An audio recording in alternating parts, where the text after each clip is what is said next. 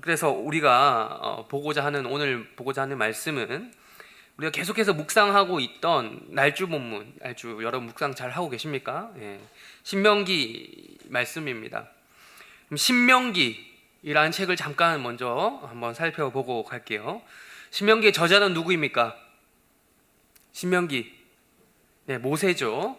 창세기, 출애굽기, 레위, 우리 성경 다 66권 우리 교리 공부하면서 했을 텐데, 창세기, 출애굽기, 레위기, 민수기, 신명기 이렇게 5권의 책이 모세가 쓴 책이라고 해서 모세오경이라고 부르죠.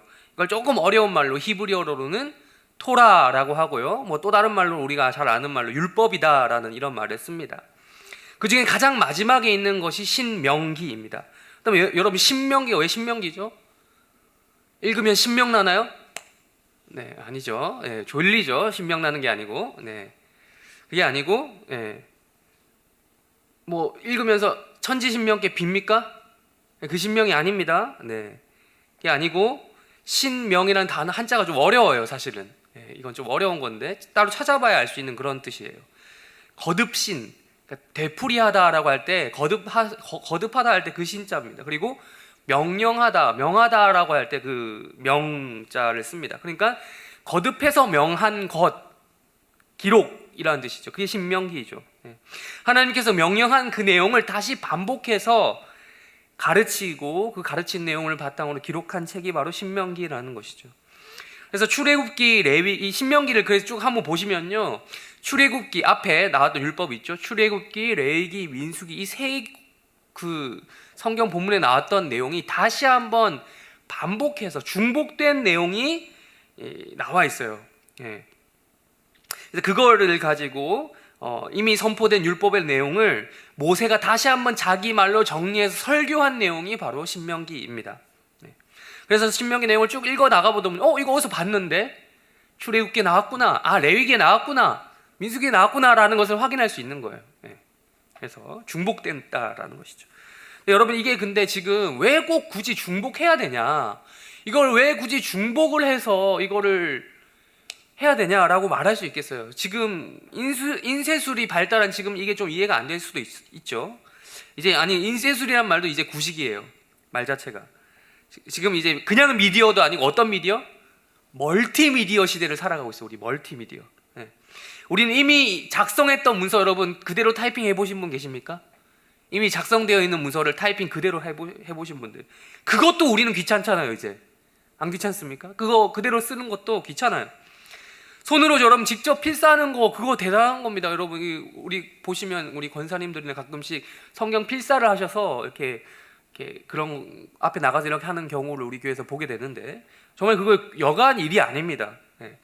컴퓨터 타이핑하는 것도 귀찮은데 그걸 쓴다라니요.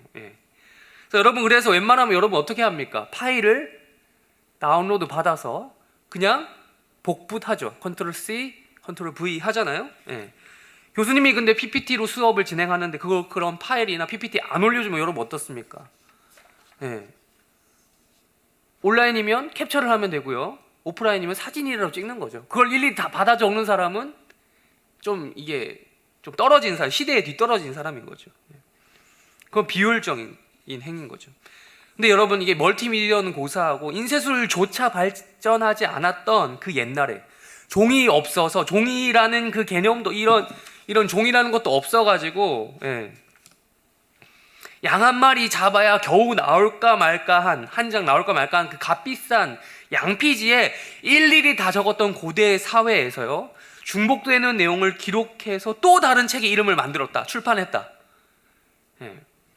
이거 얼핏 보면 되게 비효율적인 행위 아닙니까?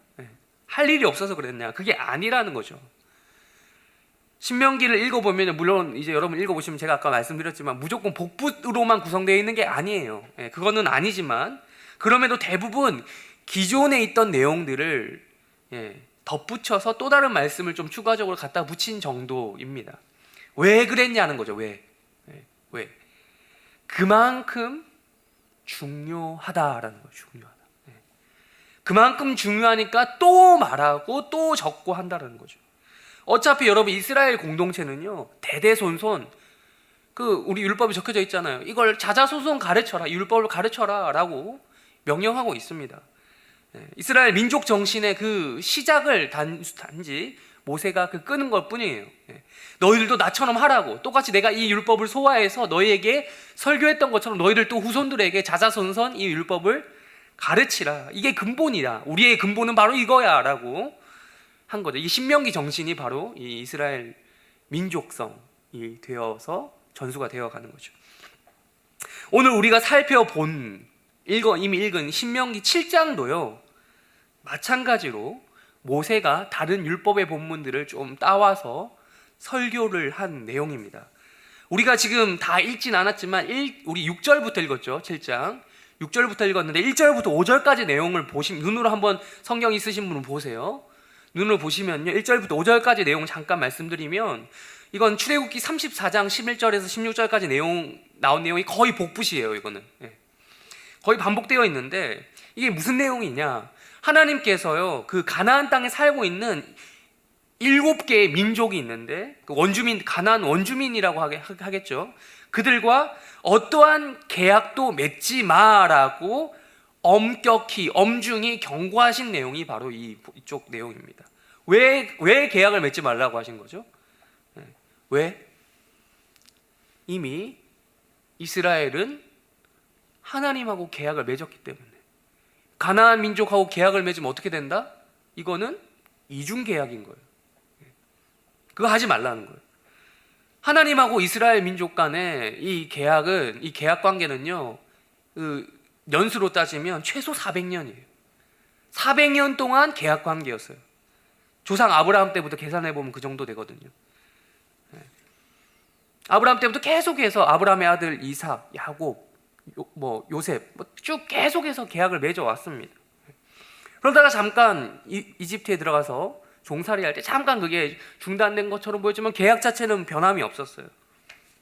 그래서 계약을 갱신시키는 장면을 종종 보여주시는데요. 여러분 원래 계약을 갱신하면, 여러분 계약 갱신 같은 거 해보셨습니까? 이 중에는 학생들 같은 경우는 계약을 갱신한 이런 경험이 많이 없으시죠. 근데 어떤 보험이나 어떤 하다못해 인터넷, 그렇죠. 우리 스마트폰도 새로 폰 바꾸면 통신사 바꾸는 거죠. 그러면 계약이 갱신 아닌데 계약이 갱신이 아닌데 어쨌든 계약을 갱신하면요 선물 같은 걸 주는 경우가 있어요. 여러분 선물, 계약 갱신하면 선물 같은 거 주잖아요. 우리 고객님 우리와 다시 한번 계약을 맺어주셔서 감사합니다 하면서 그런 거 주잖아요. 그럼 그게 바로 그 중에 바로 이 대박, 하나님과 이스라엘이 맺었던 계약 중에 그 계약을 갱신하면서 받았던 대박 선물이 뭐냐? 바로 출애굽 같은 거예요. 출애굽 시키는. 이거는 그런 혜택. 여기서 끝이 아니에요. 어떤 미션을 또 수행을 하면 땅도 준대요. 그게 무슨 땅입니까? 가나안 땅인 거예요. 출애굽만 끝이 아니고 대박 찬스가 있는 건데 가나안 땅이 주어진다. 분명히 지금 오늘 우리가 읽진 않았지만 1절부터 5절까지 보시면 현재 시점에서 가나안 땅에 살고 있는 7민족 있죠. 1대1로 붙어도 이스라엘이 후달리는데 1대7이란 말이에요. 지금 그 7민족은 이스라엘보다 많아도 한참 많아요. 훨씬 더 강하고 힘이 세다라는 거죠. 그런데 하나님이 지금 뭐라고 얘기하시냐면, 야 걔네들 내 앞에서는 아무것도 아니야. 너 근데 누구랑 계약 맺었어? 나랑 맺었잖아 라고 이야기하셔요. 이 지구상의 모든 땅의 원소유권자가 누구다? 하나님이라는 거예요. 하나님. 땅 주인이 누구다? 하나님이라는 거예요. 즉 어떤 계약을 하든 간에 그 계약상에선 무조건 절대 갑이 계시는데 누구다? 하나님이다. 그 하나님께서 야 내가 주고 싶은 사람이 받는 거야 땅이라고 얘기하셔요. 하나님께서는 그 가나안 땅을요 7민족에게서 뺏어서 이스라엘에게 주실 예정입니다. 바꿔 말하면요 이스라엘이 그들보다 훨씬 강해도, 아까도 말했죠 1대7로 맞다이를 쳐도 하나님께서 이기게 하신다. 마찬가지로 이스라엘은요 마찬가지로 그들을 이겨내야 될 의무도 주어진 거예요. 그저 계약상 을이라고 해서 아무것도 할 게 없는 게 아니라 할 게 있다라는 거예요. 내가 너희들한테 이렇게 해줄 테니까 너희들 해라라는 거예요. 가만히 있으라고 하지 않으셨어요. 근데 재밌는 게 그거예요. 원래 계약이라는 것은요, 일반적으로 갑이 유리하죠. 그래서 우리가 갑질이라는 말도 하고 갑을관계라는 말도 하잖아요. 일반적으로 갑이 유리한 계약이 대부분인데, 그리고 갑의 주도로 이루어지는 게 계약인데, 이 계약만큼 되게 특이하다는 거죠. 하나님이 주도적으로 하시는 하나님이 갑이 맞아요. 근데 유리한 건 누구냐? 계약서를 잘 살펴보면 누가 유리한 거예요? 이 을이 유리한 거예요. 이스라엘이 유리한 거예요. 을에게 자꾸 좋게 해주려고 하는 의도가 다분히 그 계약서에 보인다라는 거죠. 그렇게 계약상 이 을에게 유리한 정황을 만들어주고 싶어서 하나님께서는 계약 갱신을 계속 하시는 거예요. 그게 성경의 역사, 율법에 나와 있어요. 출애굽, 가나안, 그 전에 훨씬 더 아브라함, 이삭, 야곱, 요셉 등등 계속해서 그게 나오는 거죠. 이제 을인 이스라엘은 뭘 하면 되냐? 가나안 땅에 들어가면 돼요. 들어가서 정착하면 됩니다. 그 중에 한 가지 주의사항이 있어요. 한 가지 주의사항. 그게 뭐냐? 들어가서 정착하면 내가 이기게 해주는데 뭘 주의해야 된다는 거예요? 아까 말씀드렸죠. 이중 계약만 맺지 말라는 거예요. 가나안 나머지 가나안 7민족들이 거기 살고 있을 텐데 걔네들이 너희 보고 계약을 맺자고 하더라도 맺어서는 안 된다라는 거죠. 하나님하고 쌓아온 신뢰의 역사가 이미 오래됐다고 말씀드렸어요. 400년, 최소 400년이 되었어요. 계약갱신도 여러 번 했고 이미 선물도 받았고 여러분 우리가 뭐 어떤 한 1, 20년만 어떤 한 곳과 계약을 해도 되게 신뢰가 생길 텐데 한 400년 계약이 유효하다고 생각해 보십시오. 얼마나 신용이 서로 간에 쌓인 게 있겠습니까? 근데 하나님께서 경고하시는 게 그것이죠. 하나님 말고 가나안 땅에 있는 우상을 섬기게 되면 반드시 하나님이 화가 나실 거예요. 이 갑이 화가 나면 난리가 나는 거예요, 여러분. 계약을 어긴 너희들을 박살낼 것이다라고 얘기하죠. 갑이 제일 싫어하는 건 한 가지만 피하면 되는데 그게 바로 뭐다? 이중 계약이다.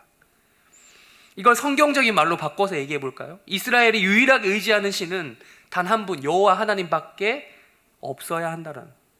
원래 이 우주의 신은 원래는 맞아요. 원래 여호와 하나님만이 신이에요. 신이라는 거 존재 자체가 하나님만 있는 거예요. 그런데 사람들이 만들어냈죠. 가짜 신들을. 신도 아닌데 신이라고 하는 것들을 만들어냈잖아요. 근데 세상이 그걸 모르기 때문에 그렇더라고요. 그런 상황 속에서 하나님은 적어도 출애굽시키면서까지 자신의 그 특별히 애정을 가지고 구원을 하신 이스라엘만큼은 그걸 알아주기를 원했던 거예요. 인정하기를 원하시고 다른 신들을 다 가짜고 사람들이 만들어낸 거다. 그걸 알아주기를 원했던 거야, 하나님만.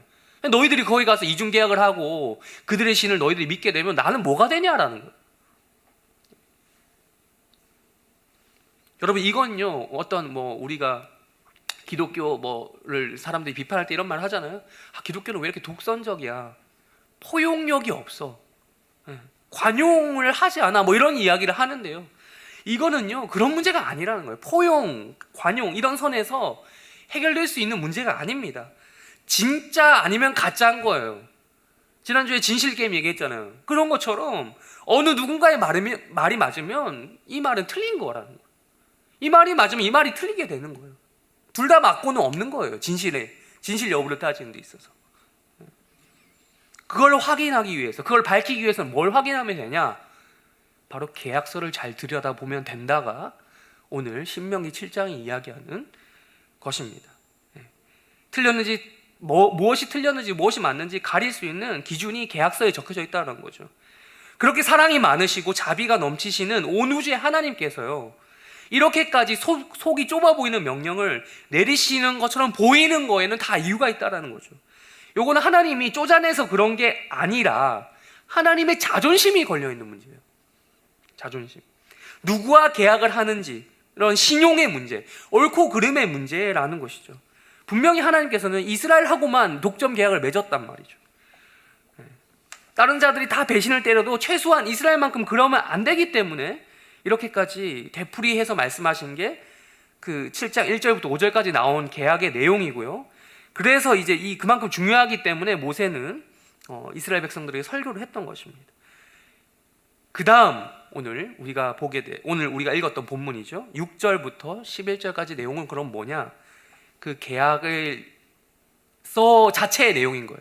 그 전까지 계약을 왜 너희가 왜 계약을 했는지, 어떻게 했는지, 너희들이 어떻게 해야 될지 그 태도를 얘기했다면, 이제는 계약서의 그 구체적인 내용을 우리 한번 들여다보자는 거죠. 우리 6절 상반절인데, 우리가 제가 그만할 때까지 한번 읽어주십시오. 6절 한번 다시 읽도록 하겠습니다. 시작. 여기까지, 잠깐 여기까지. 너는 누굽니까? 너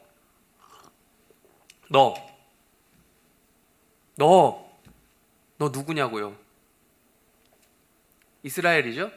네, 이스라엘 백성 혹은 민족입니다. 너의 정체성은 뭐냐? 라고 하나님께서 이게 정해주는 거예요. 너는 뭐냐면 말해주는 거예요. 너는 여호와 하나님의, 너의 하나님의 성민이야 라는 거죠. 성민? 주변에 성민이라는 친구 있어요? 없어요? 꼭 있어요, 한 명씩. 네.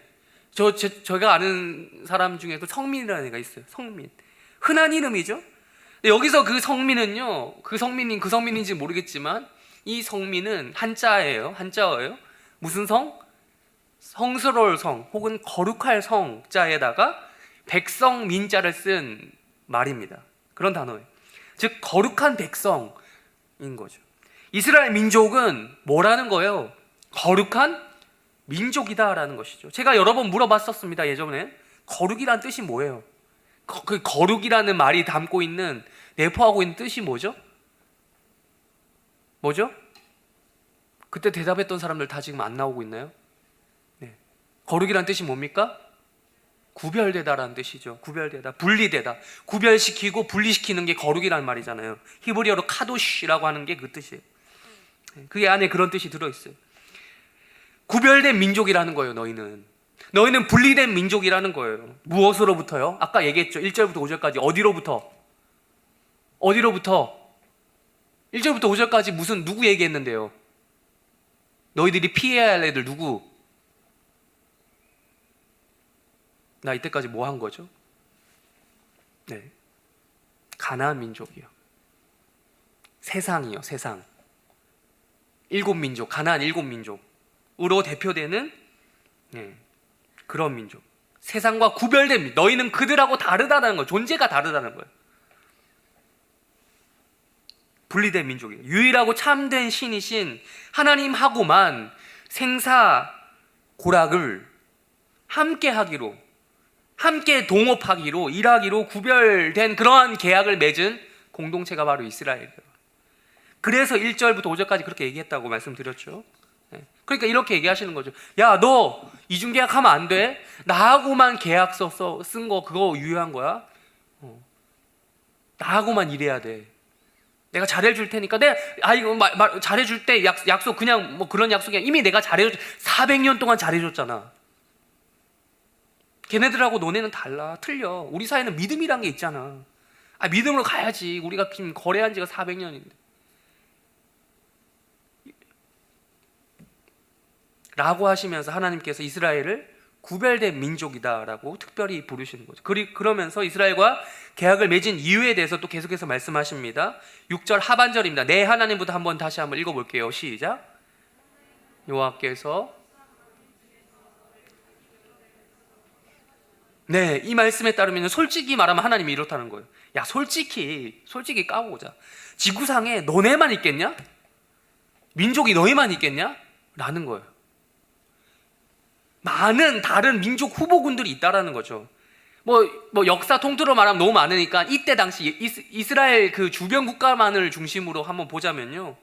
가나안 땅이 그렇게 소중해서 그런 땅이 그렇게 땅 문제라면 하나님 그 땅 가나안 7민족 중에 한 민족 선택하실 수도 있었잖아요. 차라리 그게 낫지 않아요? 최소한 그래야 하나님이 좀 더 뽀대나시지 않을까? 이 옛날 말인가요? 뽀대. 네. 간지가 잘잘 흐르다 이런 말 아시나요? 네, 옛날 말. 좀 이게 외래어에다가 참 이 비속어에다가 다 섞여 있는 것 같은데. 네. 차라리 그래야 하나님이 좀 살지 않겠냐라는 거. 차라리 여러분 좀 더 생각해 보면 고대 그때 당시 최강국인 이집트 있죠. 이집트 출애굽하긴 했지만 이집트를 선택하시는 게 더 낫지 않았을까요? 이 세상 모든 땅 주인이 하나님인데, 하나님 좀 그게 위신이 세워지려면 급이 있는데, 하나님 급이 있는데, 이집트 같은 애들 그래도 그 급 중에서도 좀 괜찮은 애들 선택하는 게 하나님 좀 더 낫지 않나요? 무엇 선택하셨어도 이보다 나은 선택이셨을 것 같은데 하필 왜 이스라엘이냐고. 하필 이 세상, 이 지상 위에 존재하는 모든 민족들 중에서 왜 너냐고요. 너냐고. 이스라엘 너냐고요.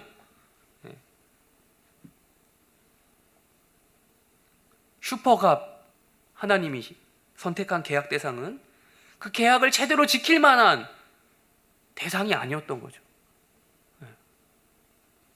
그렇다고 해서 여러분 슈퍼갑의 그 위상을 높여줄 만한 그런 가치가 있던 그런 것도 아니었어요.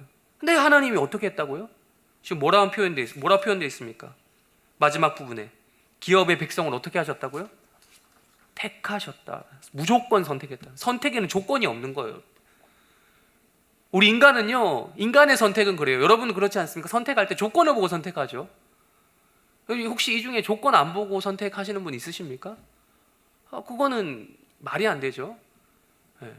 중요한 것일수록 조건을 보고 선택을 하죠. 여러분 나중에 가끔씩 연애 감정이 충동적으로 들어서 아무하고나 사귈 수는 있습니다만 결혼 아무하고나 하겠습니까? 조건을 보지 않겠어요? 상대방이 어떤 사람이냐 중요하지 않겠어요? 아무하고 막 사귀고 아무하고 막 결혼합니까? 아니죠. 마찬가지. 선택이라는 건 그렇게 신중해야 되는데요. 하나님께서 무조건적으로 이스라엘을 선택했다는 거예요. 무조건적으로.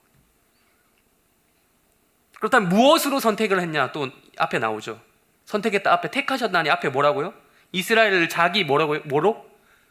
기업의 백성으로. 기업이에요. 여기서 기업이 뭐죠, 여러분? 기업? 회사 말하는 그 기업이 아닙니다. 그 기업이 아니고요. 회사를 말할 때 쓰는 기업은요, 사전상 보면 영리를 목적으로 경제 활동하는 조직체를 가리켜서 기업이라고 하죠. 우리가 아는 그 회사 기업은요. 근데 여기서 사용된 기업은요, 소유물 혹은 재산이라는 뜻이에요. 재산. 원어로 보니까 세굴라라고 해요. 세굴라. 이거 제가 좀 외우기 쉬운 또 팁을 하나 드릴까요? 관심도 없겠죠. 요즘 여러분이 히브리어 외워서 뭐 하겠습니까? 이제 이게 딱 그게 저는 근데 감이 오더라고요. 요즘에 유행하고 있는 게 있어요. 코인이요. 코인. 이 중에 혹시 코인을 보유하고 있는 사람이 있을지도 모르겠습니다. 근데 코인 가지고 있는 것만큼 불안한 게 없을 것 같은데 이게 가지고 있는 사람들이 생각보다 있더라고요. 떡상했다가 떡락했다가 이게 진짜 롤러코스터예요. 보니까 폭등했다가 폭락했다가. 요즘에 어떤지 모르겠는데 한때 그랬었어요. 불안정적인 가치인 거죠. 화폐 가치가. 차라리 주식하는 게 마음이 편할 정도로 보면 그래요. 코인. 코인이 정상적으로 자리 잡아야 아마 그 가치가 높아질 것 같은데, 또 그렇게 생각해 보면 자리 잡으면 이미 비싸겠죠. 참 제가 뭐 하이리스크 하이리턴 이런 걸 뭐 제가 사라 뭐 말아 이런 말을 하고 싶어서 그런 게 아니고요. 육절에서 사용된 이 기업이라는 단어의 뜻, 제가 아까 얘기했지만 소유물 재산이라는 뜻이라고 했잖아요. 이 코인식으로 이해해 보면 외우기 쉬워요. 자, 여러분 코인을 살 때 돈 주고 사는 것도 있지만 어떤 방법이 있습니까? 뭐라고 합니까? 쓸 때? 몰라요? 안 해봐서 모르죠? 채굴한다라는 표현을 합니다. 채굴한다. 캐는 거예요. 광산에서 캐듯이. 채굴한다. 세굴라.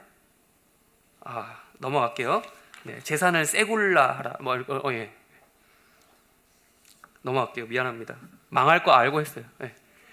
하나님께서 세상 모든 민족 중에서 이스라엘이라는 민족을 자기 소유물, 재산처럼 생각하고 계신다라는 말씀입니다. 재산, 소유물. 아까도 말씀드렸지만 그 기업은 아니에요. 그럼에도요, 기업이라는 말이 나와서 제가 생각나는 그 기업은 아니지만 말이 나온 김에 비유해보자면 이런 거예요. 야, 넌 내 재산이야. 어이구, 오셨어요. 우리 직원님. 너가 우리 재산이야. 너가 우리 복덩이야. 우리 회사. 우리 회사를 굴러가게 하는 너가 진짜 그거야. 나랑 종신 계약하자라는 거야. 코인을 채굴하듯이 이스라엘을 계속 세굴라 하겠다는 거예요. 소유하겠다라는 거예요. 재산으로 가져가요. 삼으시겠다는. 또 여러분 이런 말 들으면 여러분 직장생활 좀 한 지체들 청년들은 좀 진절머리 날걸요. 이런 말 들으면 부정적인 생각부터 들걸요. 우리 사회생활 직장생활 생각나기 때문에 그런 거죠. 나는 멸치볶음이 아닌데 왜 이렇게 나를 볶아대는지 모르겠어. 나는 사골이 아닌데 왜 이렇게 나 우려 먹으려고 하는지 모르겠어. 몇 번이나 사골 몇 번까지 우려 먹어보셨어요? 어머니들 사골 많이 우려내시잖아요. 네.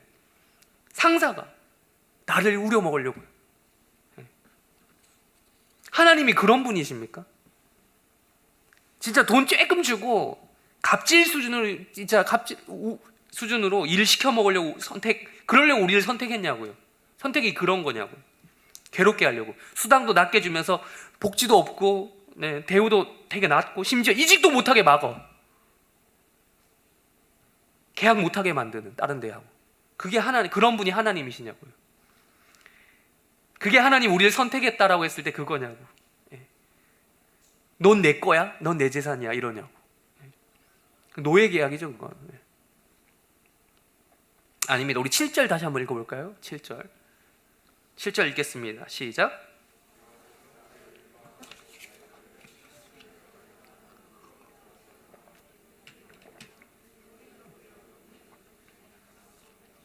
하나님이 이스라엘 너를 택한 이유는 뭐라고요? 너희가 다른 민족보다 많아서요? 커서 잘나서요? 아니죠. 그런 걸로 따지면 오히려 이스라엘은 불리해요. 그런 걸로 따지면 모든 민족 중에 가장 적다라고 했어요. 적어서. 하나님 입장에서는 유리할 게 하나도 없어요. 계약 조건상. 이 세상 모든 하늘과 땅이 다 하나님 건데 뭐가 부족함이 있으셔서 부족함 하나 없는 하나님이 무슨 영화를 누리시겠다고 득대할 게 없는 계약을 하시냐고요. 그게 왜 이스라엘이어야만 하느냐 라고 물어보면요, 여기에는 이유가 없어요. 그냥 선택했어요. 있어요. 이유 있습니다. 그런데 여러분, 성경에 이유가 적혀져 있어요. 7절 앞부분에 뭐라고요?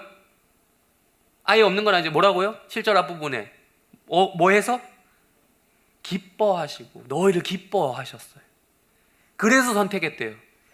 여기에 사용된 히브리어 단어 하샤크라고 하는 단어는 그냥 기뻐하는 정도가 아니야. 사실 원어를 살려줘. 집착할 정도로 사랑하는 거 있죠. 애착한다라는 표현. 애착하기에 기뻐하는 그런 감정을 표현하는 말입니다.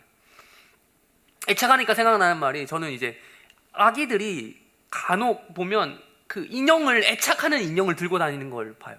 우리 그 어린이집이나 유치원에서 근무하시는 우리 청년들 아실 겁니다. 그걸 들고 오잖아요.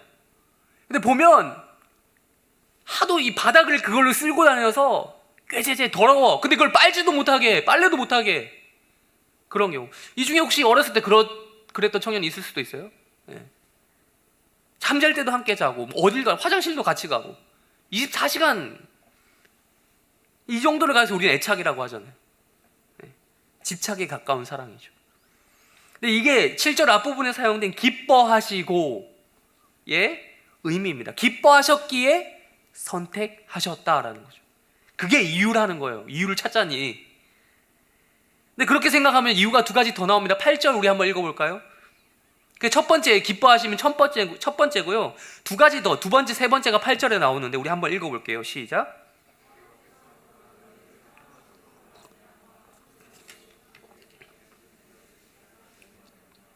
자기의 권능의 손으로 너희를 그 종되었던 집에 애굽 왕 바로의 손에서 속량하셨다. 네. 하나님께서 이스라엘을 선택하셔서 계약을 맺으신 이유가 뭐다? 두 번째, 사랑하십니다. 아까 얘기했던 그 애착보단 좀 덜한 의미이긴 해요. 여기서 사용된 사랑하심이라는 단어는 그냥 일반적인 사랑, 일반적인 사랑의 감정, 포괄적인, 그래서 내가 너를 좋아해, 사랑해, 이런 말입니다. 그때 쓰는 말이에요. 근데 굳이 앞에서 애착이라는 말 썼는데 왜 여기 또 그냥 그거보다 좀 덜한 말을 쓰셨을까요? 왜 그런 말 사용되었을까? 덧붙일 게 있나? 근데 보면요, 그렇다는 거예요. 굳이 그냥 이런 말을 써서라도요, 말을 이어가고 싶은 거죠. 뭔가 감정을 더 표현하고 싶어서 구구절절 설명을 덧붙이면서 가는 그런 느낌이에요. 여러분 대부분 모쏠이어서 잘 모르겠죠? 네. 썸을 타거나 고백 같은 걸 받아봤으면 비슷한 경험이 있으면 알 거예요. 있잖아 하면서 누가 얘기해. 이성이 나에게 와서. 근데 되게 보면 왜 이런 말, 쓸데없는 말을 나에게 계속 하는 거지? 핵심 뭡니까?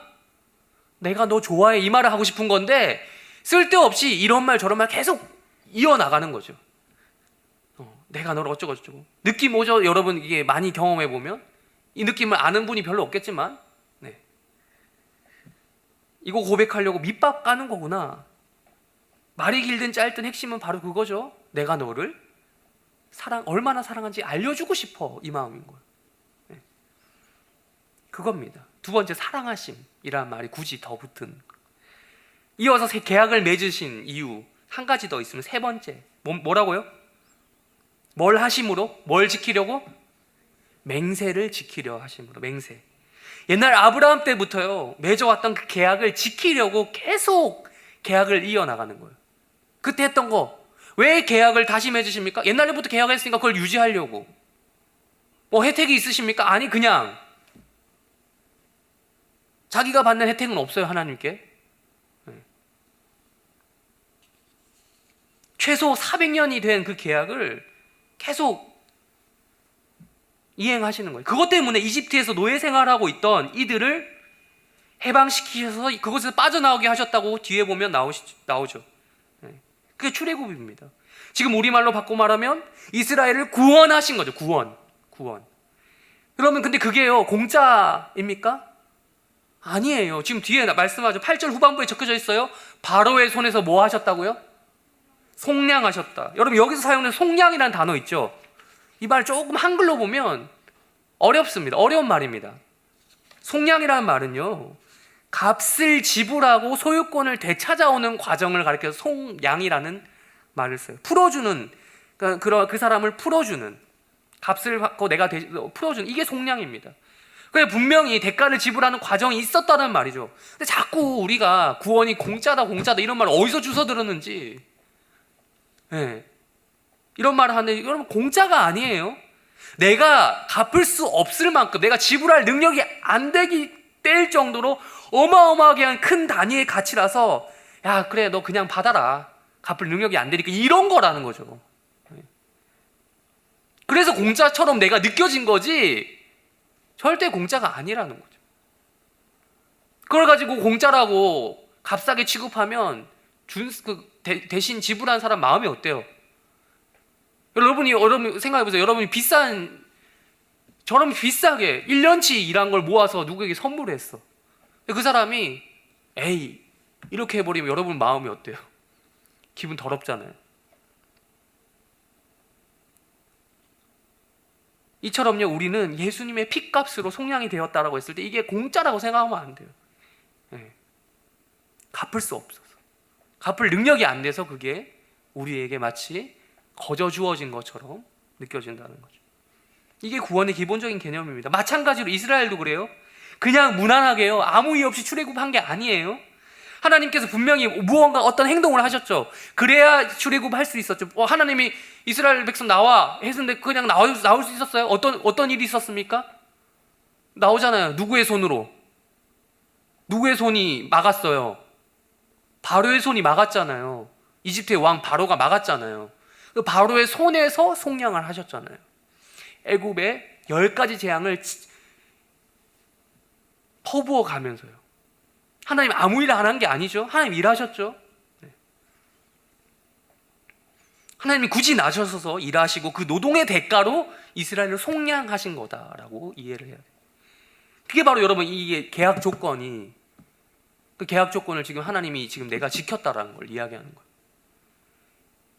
왜? 그게 그냥 그 전에 계약을 맺었으니까 400년도 더 된 계약, 내가 그걸 지키려고 라는 거죠. 그럼 생각해 보십시오. 이렇게 세 가지를 말씀드렸는데요 곰곰이 생각해 보면 좀 어이가 없어요. 네. 왜? 이 하나님이 이스라엘을 계약 대상으로 선택하신 이유에 대해서 세 가지로 설명을 했는데 설명이 안 됐어. 설명을 했는데도 설명이 안 된 거예요. 뭔가 꺼림칙한 거죠. 여러분 보십시오. 이런 계약권과 관련해서 기자회견이 열려서 하나님께 질문하는 겁니다. 기자가 하나님 왜 계약 대상으로 이번에도 또 이스라엘을 계속해서 선택하시는 거죠? 이 계약 관계를 400년 동안 당신이 얻는 것도 별로 없는데 왜 이걸 파기하지 않으시고 갱신하는 이유가 뭡니까? 그러니까 하나님 답하시는 거죠. 7절과 8절에서 세 가지로 이야기했던 내용을 요약해서 말씀드리는 거죠. 말씀하시는 거죠. 1번 애착해서, 2번 그냥 사랑해서, 3번 400년 전부터 계약을 해서. 이게 말이 되냐고. 이게 말이 되냐고. 이게 합당한 이유라고 해서 된 게 이거야. 성경에서 찾아볼 수 있는. 무조건적이라는 거죠. 목사님, 사모님이랑 왜 결혼했어요? 라고 물어보는 사람들이 간혹 있어요. 네. 그럼 뭐라고 대답하겠어 내가? 사랑해서요? 이뻐서요? 왜죠? 라고 물어보면 내가 뭐라고 얘기해? 아니 이쁘니까 이쁘고 사랑스러우니까 사랑스러워서 그러지 결혼했지. 뭐 이런 식의 논리 아니겠습니까? 네. 이유라고 붙여서 말하긴 했는데 사실 별다른 이유가 없는 거예요. 네. 편향적인 거예요. 편향적. 편해. 그래서 그런 편애에 기반한 애착, 그냥 사랑, 계약, 관계였기 때문에 하는 그런 이유로 계약을 맺은 거다. 그러면서 9절에서 11절까지 중개인이라고 하는 이 모세가 계약상 을인 이스라엘에게 말씀을 전해주는 거예요. 갑이 이렇게까지 너희에게 계약 내용을 성실하게 했어, 수행했어. 너는 어떻게 해야 될까? 라고 말하는 거죠. 네, 어떻게 하라는 거예요? 너도 잘 지켜 라고 하는 내용이 9절부터 11절까지 나와 있어요. 우리 그러면 너도 잘해라 라는 의미죠. 9절과 10절을 우리 한번 읽어볼게요. 11절 말 9절과 10절 읽겠습니다. 시작.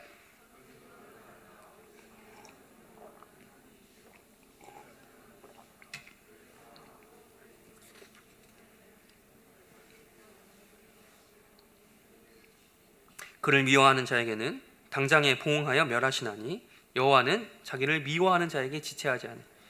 당장에 그에게 보응하시. 자, 뭘 알라고 9절에 얘기해요? 뭘 알라? 여호와 하나님은 누구의 하나님? 너의 하나님이야. 너의 하나님. 너의 고용주다. 너의 소유주다. 하나님이 이집트에서 너를 샀어. 값을 지불하고 샀어. 그런데 이 노예 계약을 맺으려고 또 다른 노예를 하게 한 게 너희를 자유민으로 만들려고 샀어. 단지 너는 있잖아. 그 하나님을 하나님으로 인정하면 돼. 그 하나님, 그분과 맺은 계약서를 그대로 지키면 계속해서 그 자유민으로 살 수 있는 것이야. 계약 내용을 지키는 자에게 어떻게 하신다고요? 천대까지. 천대가 여러분 있을 수가 없거든요. 지구가 있고 나서 지금까지 천대 아니에요. 네, 천대. 사실상 영원함을 표현하는 말이죠. 하나님이 이 계약서대로 잘 해주겠다라는 거예요. 영원히. 인애라고 표현할 때 이게 뭐 헤세드라는 단어인데 뭐 인자, 자비하심, 사랑, 뭐 또 사랑의 또 다른 표현이에요. 좀 많이 긴 사랑의 표현이에요. 네, 인애를 베풀겠다라는 거예요. 계약서대로만 하면 너희가 손해볼 게 없어. 이득이야 라는 거죠. 네. 그러나 하나님을 미워하면 어떻게 된다는 거예요? 계약이 파기된다라는 거예요. 그렇게 되면 너희가 당장 그 피해를 받게 될 것이다. 그렇게 되면 너희는 망할 것이다. 이 계약의 핵심은 뭐냐면 여러분 보시면 되게 재밌죠. 감정 상태에 있어요. 우리가 계약 맺을 때 행동을 우선적으로 얘기하잖아요. 감정과는 상관없잖아요. 우리가 계약을 인간 사이에서 일어나는 거. 근데 여기서는 이 계약서는 되게 독특해요. 행동도 행동인데 먼저 감정 상태를 먼저 고려해요. 너희와 계약을 맺으신 하나님을 사랑하느냐 아니면 미워하느냐, 이게 포인트예요. 여러분 얼굴에 티만 안 내면 사람은 몰라요. 사람은 잘 몰라요. 포커페이스를 좀 갖추고 있으면. 그래서 얼굴에 티 나는 사람 보면 좀 사회생활 좀 더 해야죠. 네. 마음까지 하나님 보시기 때문에 미워한다, 표정이 안 드러난다? 아니 마음을 안다니까 하나님이. 하나님이 너희를 400년 동안 사랑하셨던 걸 그걸 알면 이제 너희도 하나님 사랑할 수 있어야 된다는 거예요. 그동안 해준 게 없으면 뭐 하나님도 그렇게 할 말이 없을 수도 있겠죠. 근데 하나님이요 출애굽도 시켜주고 여러 번 나타나서 그들을 구원하시고 역사하셨잖아요. 그리고 지금 가나안에 들어가면 또 땅도 주겠다고 약속하셨잖아요.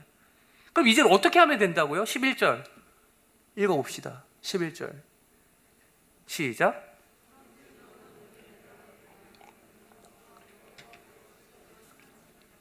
네, 간단합니다. 명령, 규례, 법도 다 되게 세 가지로 나와서 복잡해 보이지만 사실 똑같은 말이에요. 간단하게 말하면요, 계약서대로 하면 된다. 모세오경, 율법은요 계약서입니다. 신명기는요 모세가 중개인으로서 그 계약서를 다시 한번 반복해서 언급하는 내용이에요. 하나님 쪽에서는 이 계약서를 400년 동안 내가 지켜왔어. 아니 오히려 더해줬어. 그러니 너희도 이제 그렇게 해라라는 거죠. 해라. 내가 이때까지 해줬으니 가나안 땅에 들어가면 그렇게 해라라는 거예요. 그걸 반복해서 이야기하기 때문에 신명기예요. 신명. 이런 식으로요 우리가 오늘 살펴본 신명기는 7장만 그런 게 아니라 전체적으로 그런 얘기, 이런 비슷한 이야기들이 나옵니다. 아니요, 신명기만 그렇나요? 아니죠. 모세오경 전체가 그런 계약 이야기입니다. 그리고요 또 모세오경만 그렇습니까? 아니죠. 구약 자체가 계약 이야기예요. 여러분 구약할 때 그 약 있죠? 계약할 때 그 약입니다. 약속. 그래서 오래된 계약이라고 해서 구약이라고 부르는 거예요. 그럼 새로운 계약 뭡니까? 신약이죠. 구약과 신약으로 이루어진 성경 전체가 다 뭐냐? 계약 이야기예요. 구약은 육체적인, 문자적인 이스라엘 민족과 계약을 맺은 이야기, 하나님의 이야기라면 신약은 영적인 이스라엘 민족, 우리 같은 사람들, 영적으로 이스라엘 민족이 된 우리와 같은 사람들과 계약을 맺으시는 하나님의 이야기가 기록된 내용입니다. 이렇게 하나님은요 우리와 일종의 계약서를 쓰시는 겁니다. 좀 더 구체적으로 말해 볼까요? 우리 정황에 맞춰서 하나님께서는 우리와 근로 계약서를 쓰시는 사장님 같은 분이세요. 이 회사의 이름은 뭘까요? 6절에 이미 답이 나와 있고 주보 1면에도 답이 적혀져 있습니다. 무슨 기업? 네, 무슨 기업? 성민 기업이다라는 거죠. 성민 기업이다. 앞에 이 주는 주식회사 할 때 그 주가 아니라고 이 2달 전에 얘기했던 거 기억하십니까? 네. 주는 우리의 주님, 하나님 할 때 그 주예요. 성민 기업 할 때 이 기업은요 이윤을 창출해내기 위한 경제적 활동하는 그 조직체로서의 기업이 아니에요. 즉 하나님께서 우리의 주인이 되시는 기업, 그걸 이야기해요. 우리 하나님의 소유물로서 기업이라는 말이에요. 하나님 앞에 거룩하게 구별된 소유물, 재산, 그게 주 성민 기업의 정체성이다. 여러분 아까 얘기했지만 2달 전에 설교했던 거 아십니까? 주 예수 컴퍼니 기억나세요? 네. 사실 말씀드리지 않았던 공공연한 비밀인데요, 주 예수 컴퍼니의 옛날 이름이 주 성민 기업이에요. 네. 구약 시대 때는 주 성민 기업이고 신약 때 들어와서 주 예수 컴퍼니로 이름 바꾼 거예요. 어디 가서 진짜 찾아보지 마세요. 기업 정보에. 네, 어디 플래닛 같은 데 찾아보지 마세요. 없어요. 여러분 그러나 이름은 바뀌었지만 그 정체성과 가치는 그대로 유지되고 승계되고 있는 것입니다. 어디서부터 우리가 확인할 수 있다고 본문이 말합니까? 계약서만 보면 된다. 어느 회사보다도요 이 성민 기업은요 계약서에 충실한 회사입니다. 6절에 나와 있듯이. 성민 기업. 여러분 우리 중에는 지금 학생들도 있어서 잘 모르는 사람들 있겠지만 여러분 그 회사가 어떤 회사인지 알려면요 뭐부터 보면 되는지 아세요? 가자마자 인터뷰 끝나고 합격했습니다. 오세요. 끝입니까? 뭘 봐야 돼요? 뭘 봐야 돼요? 뭘 해야 돼요? 뭘 작성합니까? 근로계약서를 잘 써야 돼요. 그것만 봐도 알아요. 이 회사의 수준이 어느 정도 보여요. 가장 중요한 연봉부터 적죠. 연봉부터 시작해서 계약 기간이라든지 근로 시간이라든지 무슨 업무를 하는지. 여러분 업무 내용도 은근히 중요합니다. 내가 거기 적혀져 있지 않은 업무들을 수많은 업무를 더 해야 될 수도 있어요. 그럼 이게 사회초년생을 잘 모르거든요. 좋은 게 좋은 거다 하시고 막 넘어가. 그러다가 나중에 피보지. 근로시간, 업무, 내용, 휴가, 보너스, 추가 근무수당 등 가장 중요한 내용이 다 적혀져 있어요. 여러분 그거 작성을 잘해야 됩니다. 네. 요즘에도 그런 회사가 있는지 모르겠는데요, 가끔 보면 어떤 회사는 아직도 근로계약서를 안 쓰는 회사가 있더라고요. 설마 이 중에 그런 회사 다니는 청년 있습니까? 사장님 이런 식으로 말하고 퉁치는 거잖아요. 야, 우리는 그런 거 잘 안 써. 우리 회사가 원래 그런 거 잘 안 쓴다고. 야, 이거 믿음으로 가는 거야 서로. 네. 이런다거나, 우리 회사는요 돈을 중요하게 생각하지 않고 사람을 소중하게 생각합니다. 네. 이런다고 칩시다. 그런데 그런 말 하는 사람들이 꼭 어떻습니까? 그런 사장님들이. 사장님 본인이 직원의 그 믿음이 중요하다면서 믿음 먼저 깨트린 사람 누구예요? 사장님이시죠. 돈은 중요하지 않다고 하면서 돈을 적게 주잖아요. 안 중요하면 더 많이 줘야지. 그것 최저시급에 맞춰서 연봉 올려줄 생각이 하나도 없어요. 아까도 말씀드렸지만 기업의 존재 목적은요, 영리를 목적으로 경제활동을 하는 조직체입니다. 즉 돈을 벌어야 되는 곳이죠. 그냥도 아니고 많이 벌 수 있으면 많이 벌어야 되는 곳이 기업입니다. 그런데 그런 식으로 말하면서 심지어 근로계약서도 안 쓰는 회사는 좀 많이 심각한 회사인 거죠. 혹시 여러분 중에 그런 회사 지금 아까도 물어봤지만 다니고 있으면 제가 긴 말 하지 않겠습니다. 알아서 하세요. 네. 그래서 그렇다고 제가 뭐 그런 걸 상황도 모르고 막 함부로 그런 말을 할 수 없잖아요. 결정은 여러분 몫입니다. 지금 여러분 성민 기업을 이야기하고 싶어서 이야기한 거예요. 그만큼 계약서가 중요하다는, 그렇게 이야기하고 싶어서 그래요. 계약서가 중요하다. 오늘 우리는 신명기에서 근로계약서에 적혀져 있는 성민 기업에 대해서 알아봤습니다. 정리해보자면 이겁니다. 첫 번째, 1번 성민 기업의 정체성 무엇입니까? 아까도 말씀드렸죠. 거룩함이라고 하는 정체성이 있어요. 정체성이자 그 기업의 기업 윤리예요. 이 거룩이 무너지면요, 구별됨이라는 게 무너지면 다 끝나는 거예요. 이 기업 윤리, 거룩함, 구별됨이라는 정체성을 가지고 있습니다. 2번, 성민 기업이 구성되어 있습니다. 누구와 누구로 구성되어 있냐면 사장과 사원으로 구성되어 있죠. 사장은 누구십니까? 온 우주의 하나님이세요. 온 우주의 하나님. 그리고 밑에 사원들이 쭉 있겠죠. 각 직급이 있겠죠. 근데 재밌는 거는 이스라엘이 어떻다라고 이야기를 했냐면 작다라고 표현되어 있어요. 작다. 너희는 작다라고 얘기하셨어요, 말씀에. 즉 바꿔 말하면요, 이스라엘 출신 자체가 이 성민기업, 이런 대기업, 하나님이 대기업 중에 대기업인 이 성민기업에 들어갈 능력도 안 되는데, 즉 하청업체 말단 중에 말단 출신인데 하나님이 스카우트 해갔다라는 거예요, 이스라엘을. 우리가 그렇다는, 우리가 성민기업의 구성은 그런 독특함으로 구성되어 있어요. 이유는 모르겠어요. 그게 운영 원리에 나오는데, 그 이유는 운영 원리에 나오죠. 세 가지 이유를 아까 말씀드렸어요. 1번이 애착함이고, 2번이 사랑함이고, 3번이 그냥 믿는 거예요. 400년 동안 이 관계가 유지되고 있었던 거죠. 애착, 사랑, 믿음이라고 하는 이 관계가 무려 400년 동안 이어져 오고 있었다. 그게 성민기업이 운영되는 원리인 것입니다. 중소기업이라고 부르기도 민망한, 기업의 형태조차도 제대로 갖추어 있지 못했던 이집트의 하청업체에 불과했던 그 이스라엘 있죠. 그들을 하나님께서요, 이집트하고 불법 계약하면서 맨날 고생하고 야근에 휴가 수당도 안 주는데 야근에 그런 이집트와의 불법 계약을 종료시키시고요, 하나님께서 착한 갑질을 하시는 거예요.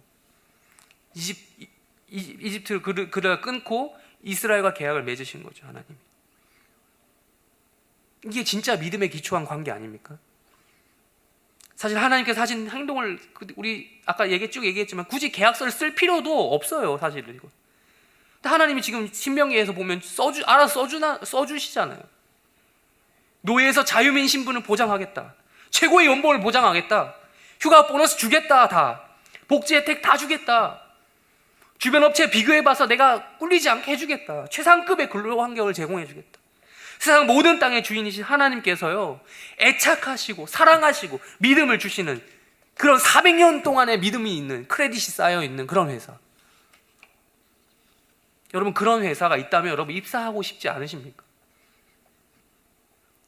사람들은 잘 몰라. 그 기업이 대기업인지 몰랐어. 근데 알고 보니 지구상 최고의 제 1위 기업이었던 거죠.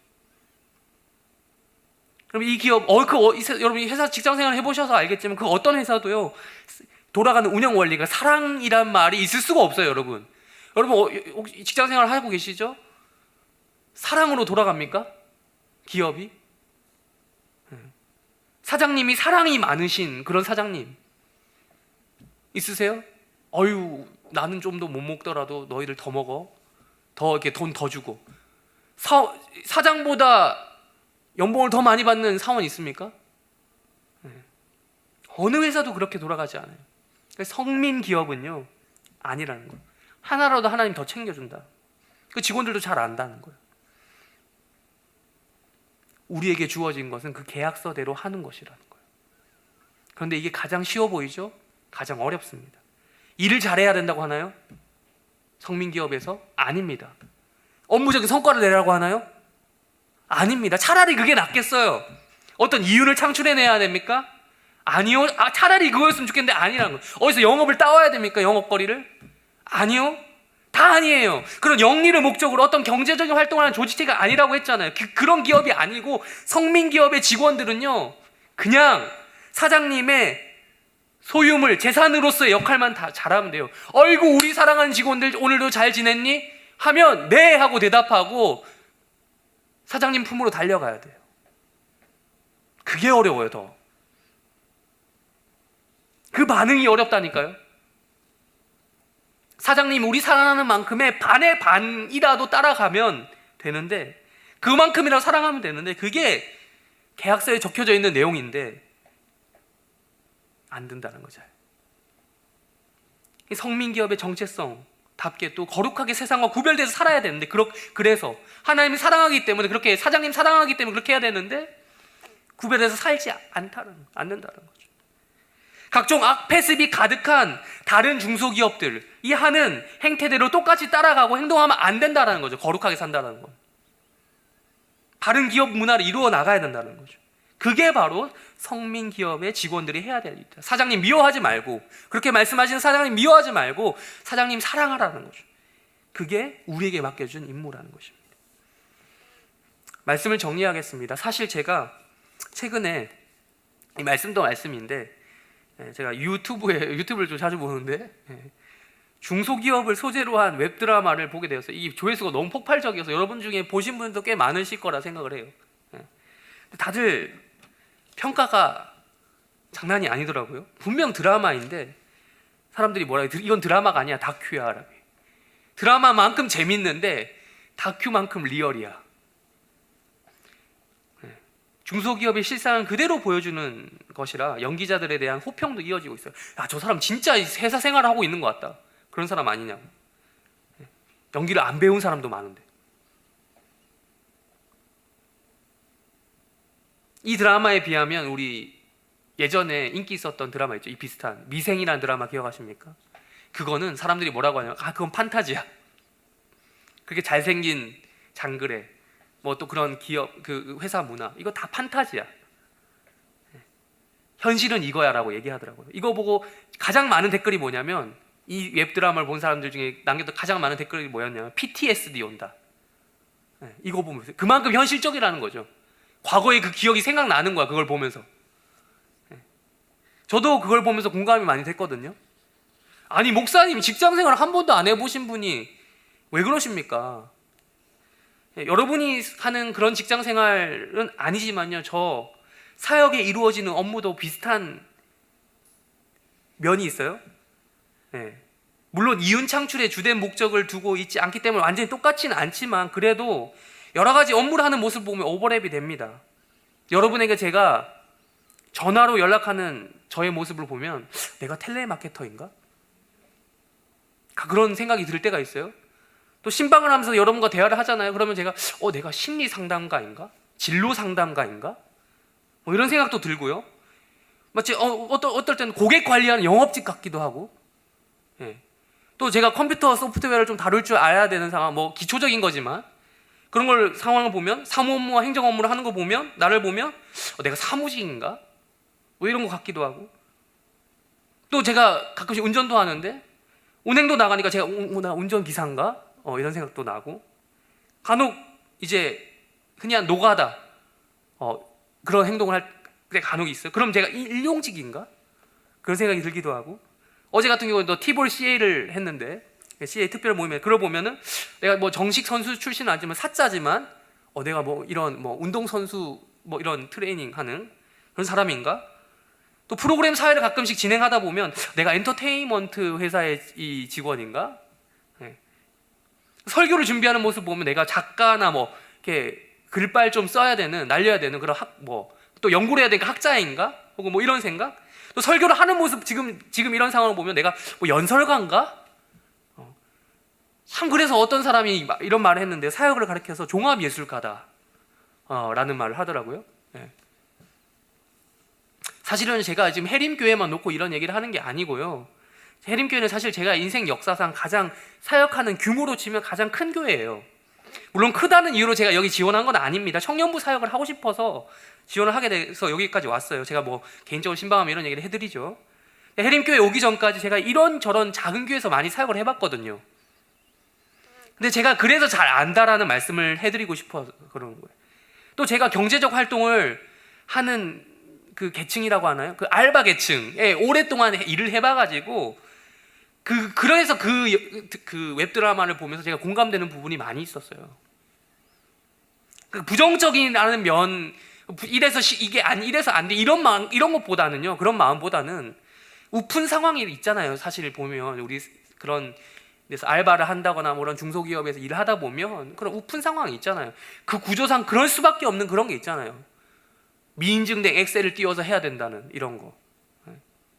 그런 거 예를 들면 또 어디 뭐 중소기업이고 싶어서 그렇습니까? 현실이니까 그렇게 되는 거죠.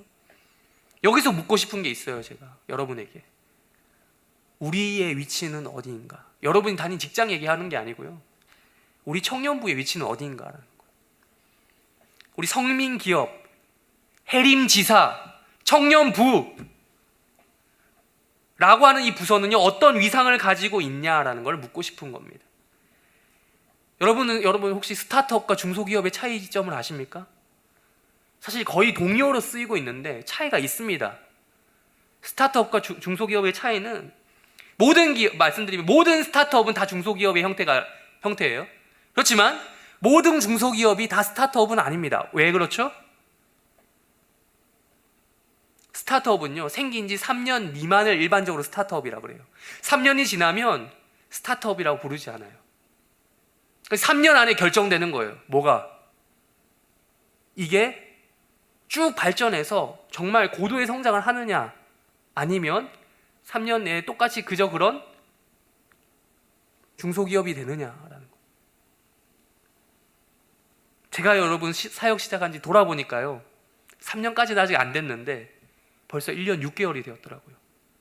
이러면 거의 반했잖아요. 3년을 기준으로 보면. 물론 똑같은 원리가, 그 기업의 원리가 여기 적용되어야 되는지는 모르겠지만 그냥 그대로 계산을 대입시켜 보니까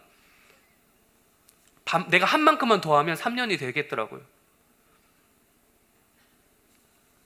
그러면 어느 정도 우리 알 수 있지 않을까요? 똑같지는 않지만, 그게 그대로 적용되진 않겠지만, 하나님 역사하셔야겠지만 어느 정도 우리가 보이지 않을까요? 반 정도 하는데 우리는 어떻습니까?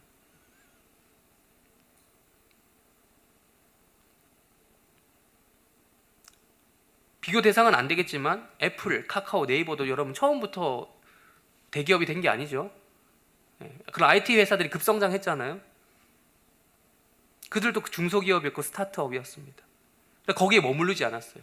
지금 교회에도 약간 똑같다고 할 수 없지만 비슷한 원리가 적용되는 면이 있어요. 여러분 그러면 어떤 교회 다니고 싶습니까? 제가 다시 한번 말씀드리면 무조건적인 양적 성장을 이야기하는 게 아니에요. 전 여러분 여기 빼곡히 다 앉아있는 것만을 바라보고 제가 지금 여러분에게 그런 양적인 성장만을 가지고 얘기하는 게 아닙니다. 그럴 거면 다 대형교회 가셔야죠. 더 큰 교회 많잖아요. 근데 여러분 지난 1년 6개월 동안 여러분 가운데 영적인 성장이 있었는지 묻고 싶다는 겁니다. 그런 성장이 있었는지 물어보고 싶어요. 지난 1년 6개월 동안 그래도 좀 더 내가 이 청년부에 있으면서 하나님을 의지하는 법을 좀 더 배우게 되었다. 그거예요. 저는 그게요, 여기 있는 모든 나온 예배 드리는 사람들이 그걸 충만하게 경험하고 산다면 뭐 인원 증가도 자연스럽게 이루어지지 않을까. 뭐 안 될 수도 있지만 그러지 않을까라는 그게 있어요. 예. 그 분위기라는 걸 무시할 수가 없거든요. 거룩한 분위기라는 걸. 오늘의 본문의 말씀대로 바꿔 말하면요, 우리는 이스라엘처럼 작아요. 작은 공동체라고, 작다라고 하나님 얘기하셨죠. 우리 출신이 그렇다는 거예요. 우리 출신은 소기업이에요. 중소도 아니고 소기업이야. 하청업체 말단 사원이야. 그럼에도 하나님께서 선택하셨던 그 위상에 걸맞게 여러분 신앙생활에 대한 자부심, 나 성민기업 소속이야, 해림지사 다니고 있어, 청년부야, 그런 네임밸류에 대한 그 자부심이 있냐고 묻는 거예요. 거기 소속되어 있다는 것만으로 명함, 명찰만 달고 있다는 것만. 우리도 마찬가지로 적습니다. 숫자는 다는 아니라고 말씀드렸지만, 여기 만약에 정말 숫자는 다가 아니지만 여기 진짜 딱 한 명만 앉아놓고 내가 설교한다면 좀 많이 슬플 것 같아요.